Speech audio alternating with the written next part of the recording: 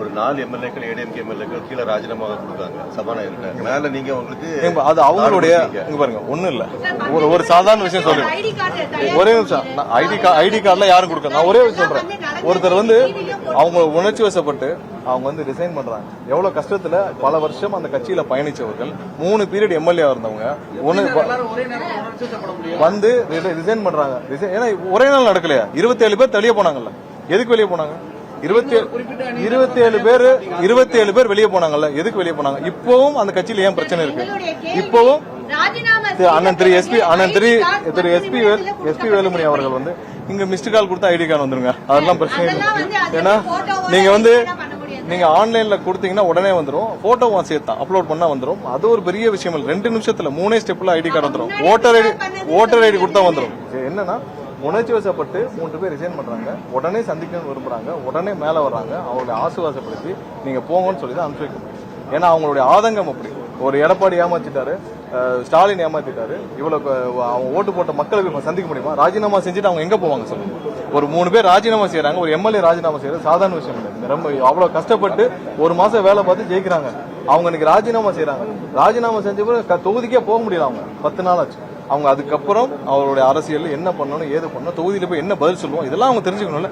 உணர்ச்சி வசப்பட்டு வர்றாங்க. அவங்களை ஆசுவாசப்படுத்தி நீங்க போங்கன்னு சொல்லி ஆறுதல் கூடி அனுப்பி வைப்போம். இது மாதிரி பலர் இருக்காங்க, எல்லா கட்சியிலும் இருக்காங்க. அதாவது திமுக இருக்காங்க, அதிமுக இருக்காங்க. பல பேர் இப்படி ஒரு கேவலமான தலைமை இப்படி ஒரு முயற்சியை செஞ்சு 2 குடும்பமும் இந்த லெவலுக்கு கீழ்த்தரமா இறங்கிட்டாங்க.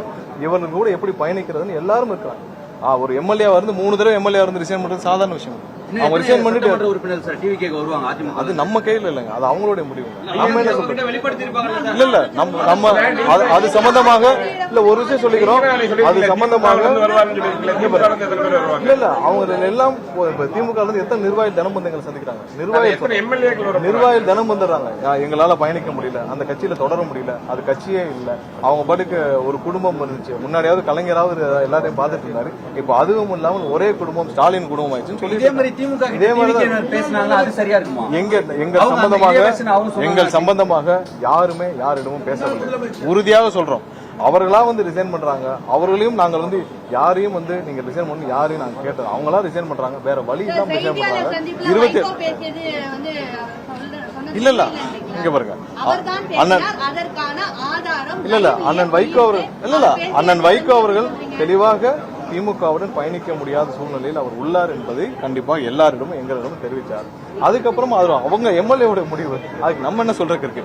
இதில் எந்த விதத்திலும் எந்த ஆதாயத்திற்காகவும் எந்த விதத்திலும் நாங்கள் நீங்க உங்களுக்கு இது தரோம் அது தரோம்னு பேரம் பேசி நீங்க ரிசைன் பண்ணவோ இதுவும் சொன்னது அது அவங்களோட தனிப்பட்ட முடிவு. அப்படிப்பட்ட வார்த்தை இல்ல அப்படிப்பட்ட வார்த்தையை கண்டிப்பாக 100% முதலமைச்சர் சொல்லவில்லை. இல்ல அப்படிப்பட்ட வார்த்தையை சொல்லவில்லை. நீங்கள் கோர்வையாக அங்க நடந்த எல்லாத்தையும் அங்க கோர்வையாக முழுசா நீங்க அவர்கிட்ட கேட்டீங்கன்னா அங்க நடந்த என்னதுன்னு முழுசா நீங்க கேட்டீங்கன்னா அவர் விளக்கம் கொடுப்பார். அண்ணன் வைகோ அவர்களும் விளக்கம் கேட்டுக்காங்க.